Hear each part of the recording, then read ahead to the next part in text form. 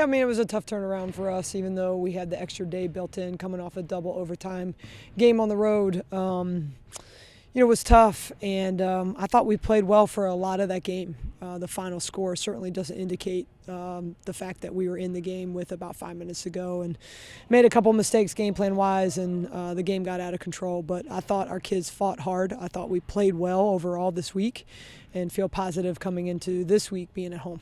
Well, this week it's certainly helpful because we just played on a Sunday, which was again a different day for us, so it builds in an extra day this week, which is helpful this time of year. Obviously, you get to the point when February comes that you're concerned about legs and minutes, and anytime you can build in an extra day, I think that's important. But other than that, I'm not sure you really, at least in my mind, I don't treat it any different because it's still a one-day turnaround from 2 games in 3 days.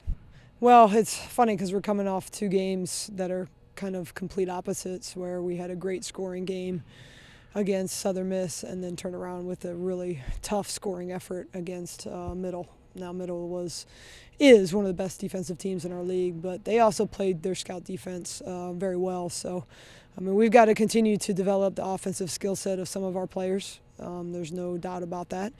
And then continue to find ways to combat that, when people don't play some of our kids on the perimeter. So we're continuing to strategize, work on that, find ways to combat it. I mean, that's what conference play is about. It's a big chess game, somebody makes a change and you try to make a change to combat that. So that's kind of our focus this week, continue to get better defensively. I thought we played very well actually last week defensively for the most part. So I feel like we're coming along in that area. So just kind of maintain what we're doing defensively, but continue to find ways to score.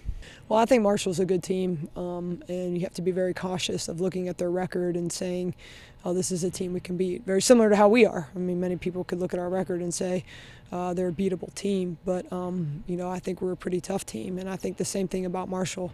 I think the thing that's concerning about them is they have a lot of kids that can shoot the ball, and they can get hot very quickly.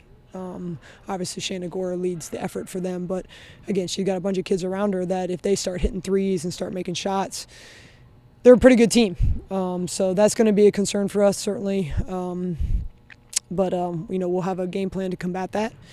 And, again, for us, we've got to score on our end. So if you get scored on or if they get hot offensively, we've got to make sure that we're coming down on our end and being able to put the ball in the hoop.